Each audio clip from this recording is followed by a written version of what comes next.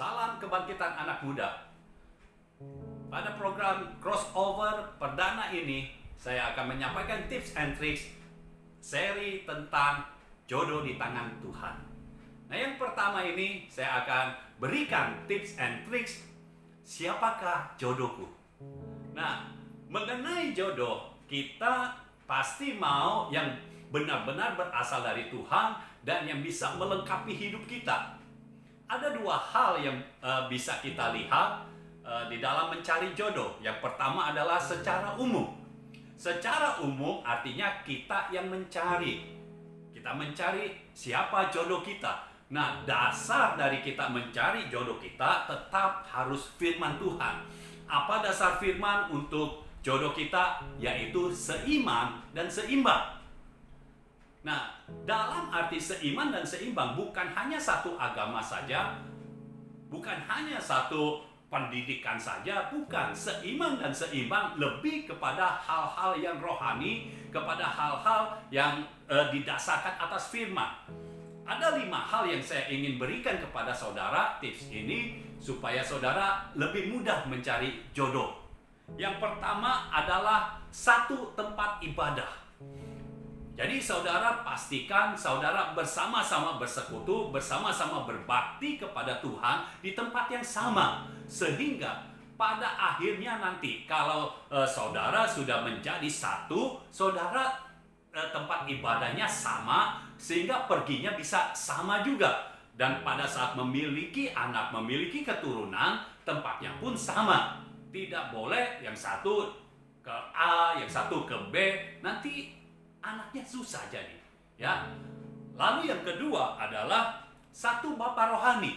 Nah, kenapa harus ada bapa rohani? Karena di dalam pertemuan, dalam perjodohan antara pria dan wanita, kemungkinan besar ada konflik, ada kesalahpahaman, ada masalah. Nah, pada saat ada masalah, saudara perlu bimbingan, perlu pengayoman dari seorang bapa rohani, sehingga waktu Bapak Rohani menyampaikan sesuatu, itu bisa dijadikan ukuran, bisa dijadikan patokan untuk saudara bisa menyelesaikan masalah. Yang ketiga, satu DNA. Apa maksudnya satu DNA? Satu DNA artinya saudara itu memiliki satu pengajaran. Pengajaran tentang firman satu. Sehingga keyakinanmu dengan jodohmu, dengan pasanganmu sama. Kepercayaanmu dengan jodohmu sama, keimananmu sama juga, pengertianmu, pewahyuan tentang Tuhan, pengenalan akan Tuhan sama juga. Nah, kalau sudah satu DNA begini, pasti satu dan yang lainnya akan saling mendukung dan akan terus mengenal Tuhan semakin dekat, dan pengenalan akan Tuhan terus bertambah-tambah. Lalu yang ketiga, satu destiny. Apa maksudnya satu destiny? Engkau memiliki tujuan yang sama dengan pasanganmu. Tujuan Tuhan dalam hidupmu apa? Nah, pasanganmu, jodohmu itu memiliki tujuan yang sama juga. Sehingga pada saat engkau melakukan tugas kerajaan, melakukan tugas yang berasal dari Tuhan, destiny yang dari Tuhan, tidak ada yang menghalangi. Karena kalau engkau sudah bersatu, yang paling bisa menghalangi pertama-tama adalah jodohmu, pasanganmu. Itu sebabnya saudara perlu untuk memilih jodoh yang satu destiny. Lalu selanjutnya adalah satu agenda. Nah, kalau satu agenda, pastikan saudara dan jodohmu itu satu agenda. Engkau memiliki agenda yang sama untuk mewujudkan isi hati Tuhan. Nah, kalau engkau memiliki kesamaan semua, itulah jodohmu.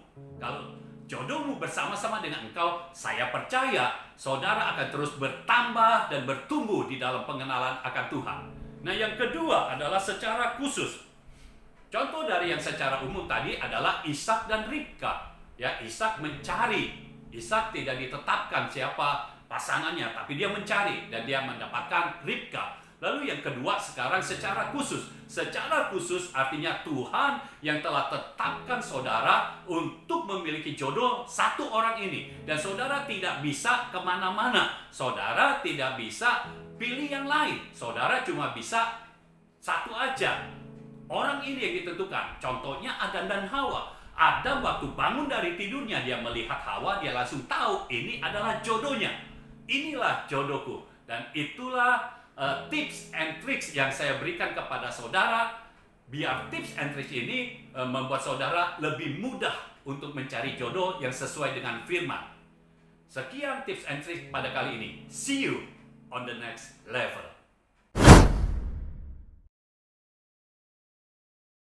Selamat datang di program Crossover to the Next Level. Hari ini kita membahas seri yang sangat menarik sekali, Jodoh di Tangan Tuhan, dalam episode pertama, Siapakah Jodohku? Bersama saya telah hadir Pak Mulyono Zakaria, dan kita akan membahas secara lebih detail siapakah jodoh kita sebenarnya. Selamat datang Bang Mul di dalam program Crossover ini. Ya. Hari ini kita membahas seri yang menarik sekali, Jodoh di Tangan Tuhan. Dan di dalam episode yang pertama ini kita membahas siapakah jodohku. Oke, Bang Mul, dalam mencari jodoh kita bisa melihat dalam dua hal, secara umum dan secara khusus. Ya. Bagaimana caranya kita tahu nih Bang Mul, kalau saya harus mencari pasangan saya, atau pasangan saya ternyata sudah ditetapkan oleh Tuhan? Ya. Jadi berpikirnya kita ini cari jodoh secara umum apa secara khusus? Padahal justru kita nggak boleh terjebak di situ, secara umum atau secara khusus. Kita jalani saja yang secara umum, karena kalau secara umum nanti begitu jalan-jalan kita tahu kalau untuk orang-orang yang kita udah sukai nggak bisa, rasa sukanya makin lama makin hilang. Terus lama-lama kalau ketemu cuma satu orang dan perasaan kita nggak hilang-hilang, perasaan suka, perasaan sayang nggak hilang-hilang, Tuhan menuntun ke situ terus. Nah itu baru secara khusus. Jadi kita jalani saja yang secara umum, jangan mikir ini sebenarnya saya secara umum atau secara khusus. Karena kalau terjebak seperti itu akan nggak ada kegerakan apa-apa. Jadi nggak ada ini jodohku atau bukan, jadi pusing mikirin ini secara umum apa secara khusus. Nah saya beritahu dulu yang secara khusus. Biasanya pengalaman kita itu menentukan juga. Kalau secara khusus biasanya Tuhan sudah bergerak di dalam hidup kita, di dalam berbagai area secara khusus juga. Misalnya kalau kita ke gereja, kita langsung dituntun di satu gereja itu.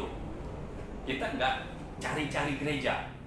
Kalau kita berjumpa dengan Bapak Rohani, kita udah ketemu satu langsung gitu. Biasanya begitu. Atau kalau kita pilih pekerjaan, kita nggak cari-cari tapi satu itu udah langsung.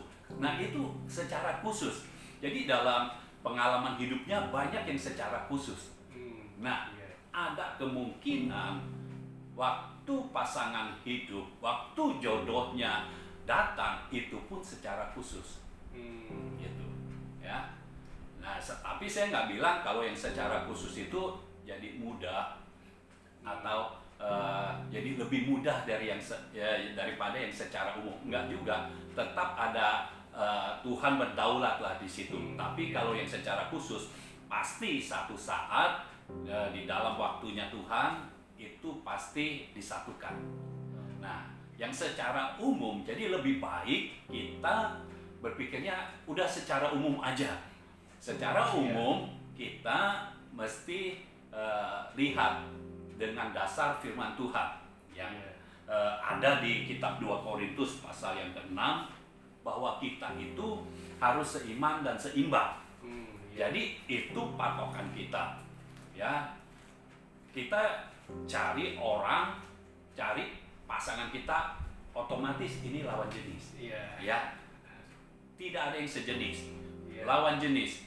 Jadi kita mulai berbaur, kita mulai melihat ini bagaimana orangnya. Jadi kalau melihat apa-apa, lihat dulu pertama adalah apakah kita punya kerohanian sama. Karena kalau ukuran itu ditabrak, itu bahaya sekali. Oh. Artinya ke depannya masalah yang lain pun kalau nggak sama akan ditabrak juga. Karena yang dasarnya aja ditabrak, apalagi yang bukan dasarnya, apalagi yang bukan prinsip. Jadi di dalam kita mencari jodoh, jauh lebih baik kita berpikir secara umum saja seperti layaknya manusia-manusia yang lain. Kita jalin pertemanan dulu, persahabatan, kita lihat bagaimana kerohaniannya, ya begitu. Nanti pokoknya biar Tuhan yang mimpin, Tuhan yang pimpin sampai kita tahu bahwa ini adalah jodoh kita. Iya. Oke Bang Mul. Oh iya Bang Mul, bagaimana nih misalnya kalau di satu tempat ibadah kita tidak menemukan atau tidak bertemu dengan pasangan atau jodoh kita nih, Bang Mul? Nah,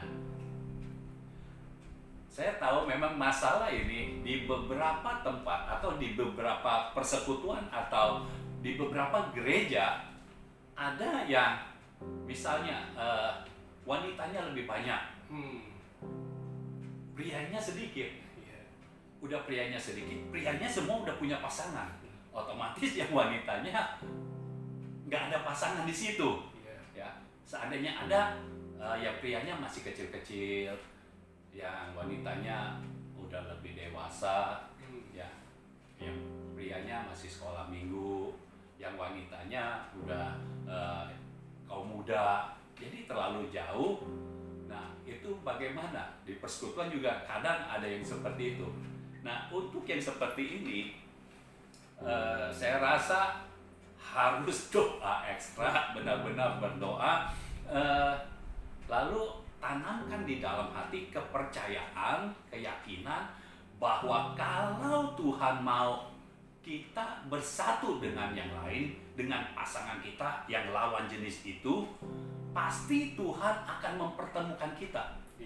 Jadi kalau seandainya di tempat kita berbakti, di tempat kita beribadah tidak ada orangnya, ya kita mau nggak mau harus lihat keluar. Nggak mungkin kita tetap lihat di dalam, sedangkan yang di dalam udah nggak ada, udah yang prianya misalnya udah ada pasangannya semua, yang wanitanya masih ada beberapa yang belum. Jadi otomatis mau tidak mau lihat di luar, tapi kalau lihat di luar harus ekstra hati-hati. Pertama, begitu lihat di luar, kan di luar itu ada kemungkinan kita berjumpa di komunitas rohani, ya. Bisa juga kita berjumpanya di komunitas yang sekuler. Nah, itu semua nggak masalah. Tetapi waktu berjumpa dan baru ada rasa suka sedikit, coba ajak berbakti bersama-sama. Ya, ajak sama-sama, tapi jangan jalan dulu. Ya. Jadi ajak sama-sama masuk ke dalam gereja. Nah, baru lihat perkembangannya bagaimana, bisa sama-sama apa enggak. Kan di situ jadinya orangnya yang tadinya di luar jadi ke gereja. Tapi batasannya kembali lagi, jangan pilih yang tidak seiman. Karena akan sangat-sangat sulit sekali untuk membawa orang yang tidak seiman itu menjadi seiman. Biarkan yang tidak seiman ini dijamah dulu oleh Roh Kudus sampai dia bertobat, lalu sudah seiman. Nah, baru mulai ada pendekatan. Bukan mulai berpacaran, tapi mulai pendekatan. Nah, baru dari situ mulai berbakti bersama-sama. Nah, lihat bagaimana perkembangannya. Nah, kira-kira seperti itulah. Ya, Bang Mul. Nah, Bang Mul, kalau orang yang kita cari ternyata berbeda tempat ibadah, nah boleh nggak tuh Bang Mul kita jalani dulu hubungannya, baru nanti perlahan-perlahan seiring dengan waktu nanti kita arahkan ke tempat ibadah yang sama dan tertuju kepada Bapak rohani yang sama. Itu boleh nggak Bang? Nah, kalau saya bilang boleh atau tidak, mungkin saya nggak akan jawab boleh atau tidak. Karena masing-masing orang pasti punya pendapatnya sendiri. Hmm. Tetapi yang saya mau beritahu adalah pada saat kita berbeda tempat, artinya kalau kita berdua nih, Phil, ya, kamu di gereja A, saya di gereja B. Kamu di gereja A dapat pengajaran di gereja A. Iya, betul. Saya di gereja B dapat pengajaran di gereja B. Pengenalan kamu akan Allah di gereja A sesuai dengan gereja A.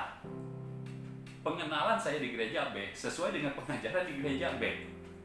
Nah, dengan dua hal yang berbeda ini, lalu kita maunya jalanin dulu, artinya pacaran dulu, ya walaupun beda gereja. Nanti pelan-pelan diskusi, lalu nanti baru mau yang mana nih, mau yang A apa yang B. Saya rasa masalah seperti ini nanti akan timbul kembali pada saat sudah berumah tangga. Jadi pada saat berumah tangga, misalnya anggap ke gereja A dua-duanya nih. Pas saya yang di gereja B, di gereja A, aduh kok merasa kurang enak gitu, kurang nyaman gitu. Terus langsung, saya mau ke gereja B. Tapi yang ini satu lagi, oh saya nyaman di gereja A karena dari dulu udah di gereja A.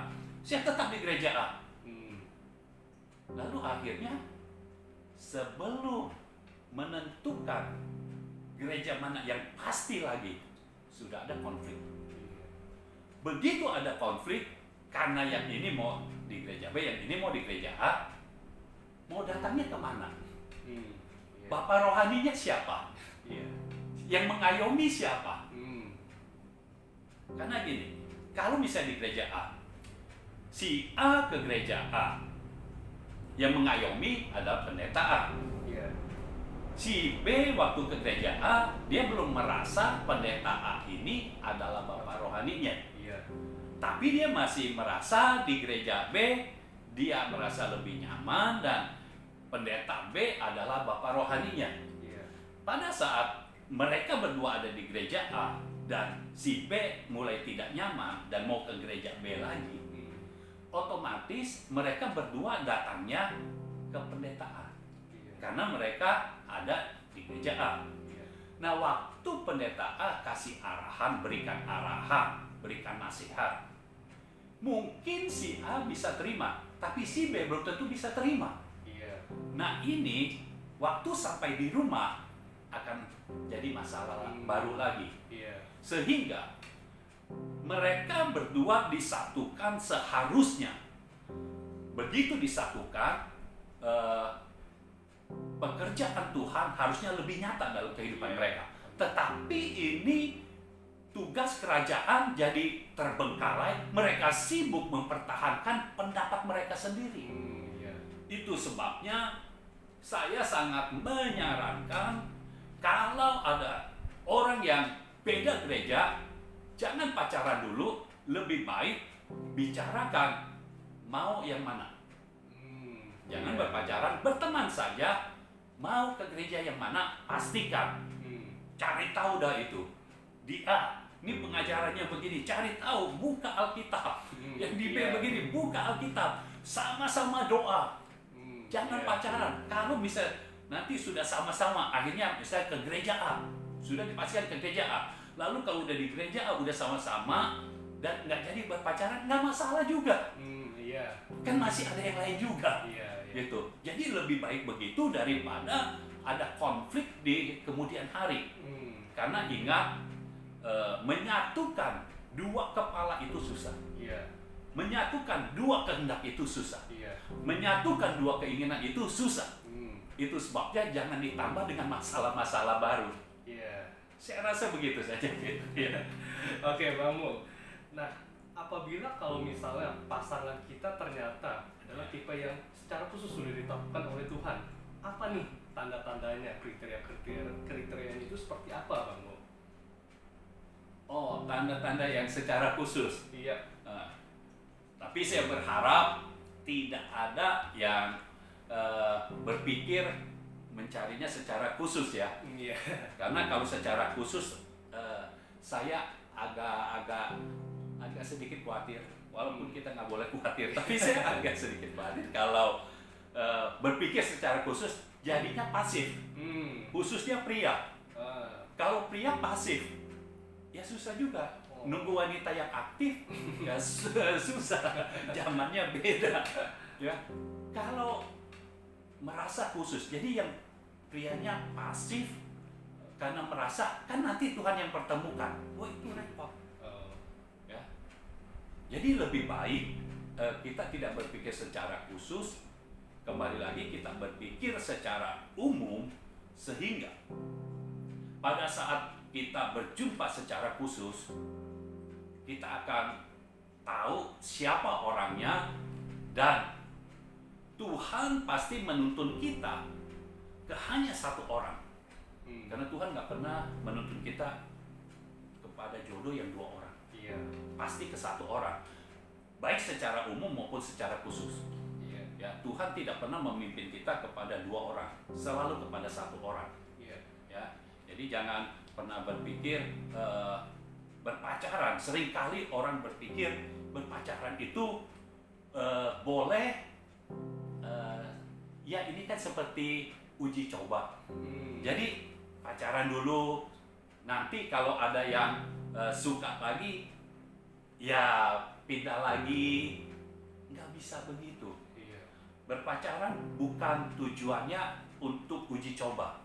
Ya, kita bukan kelinci percobaan. Iya. Itu sebabnya kita tidak akan uji coba. Kita uji cobanya bukan di fase berpacaran, tetapi waktu fasenya pertemanan. Iya. Waktu kita berkumpul, berteman, nah pada saat itulah kita uji coba semuanya, kita uji semuanya. Ya, yang pria uji semua wanita yang ada di komunitasnya. Ya jangan semua juga, maksudnya yang semua yang kira-kira bisa sama-sama gitu. Nah uji semua, ini orangnya bagaimana, ini orangnya bagaimana, ini orangnya bagaimana. Tetap kita harus kuat. Dasar kita adalah firman. Tidak boleh tidak, karena dengan dasar firman itu akan menuntun kita kepada keluarga yang dimana sorga turun atas keluarga kita. Jadi bukan neraka di bumi lagi, tapi sorga yang ada di bumi. Jadi waktu pertemanan itu boleh uji coba masing-masing, uji coba yang ini, tapi ingat sebelum suka. Karena kalau sudah suka, mau uji cobanya seperti apapun, pasti kelihatannya baik.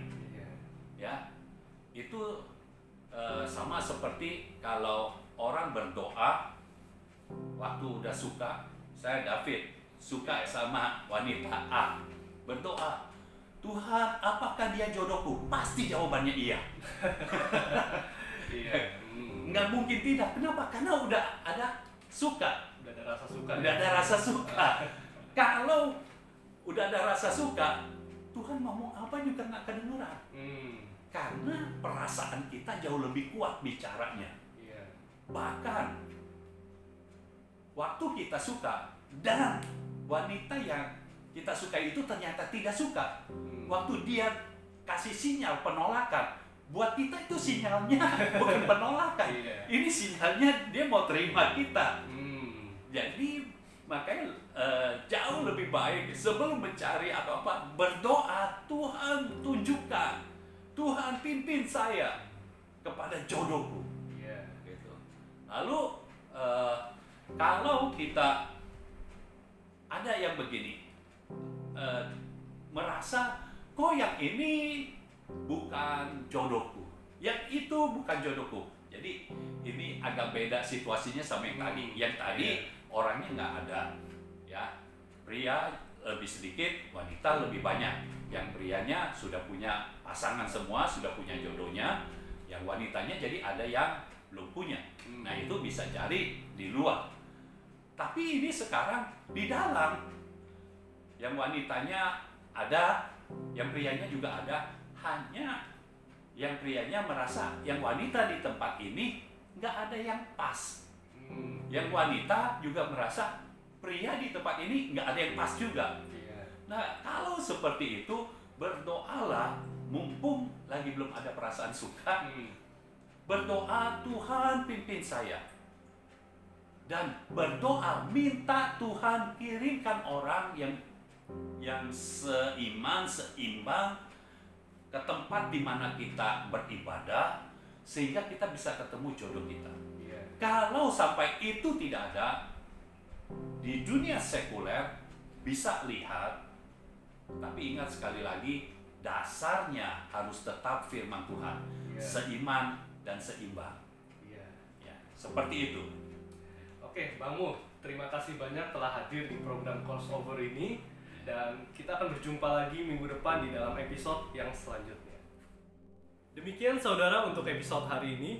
Kita berjumpa di episode selanjutnya yang tidak kalah menariknya. Program crossover akan tayang setiap hari Selasa pukul 7 malam. Jangan lupa klik like, subscribe, dan share channel ini kepada teman-teman yang lainnya. Sampai jumpa di episode yang selanjutnya.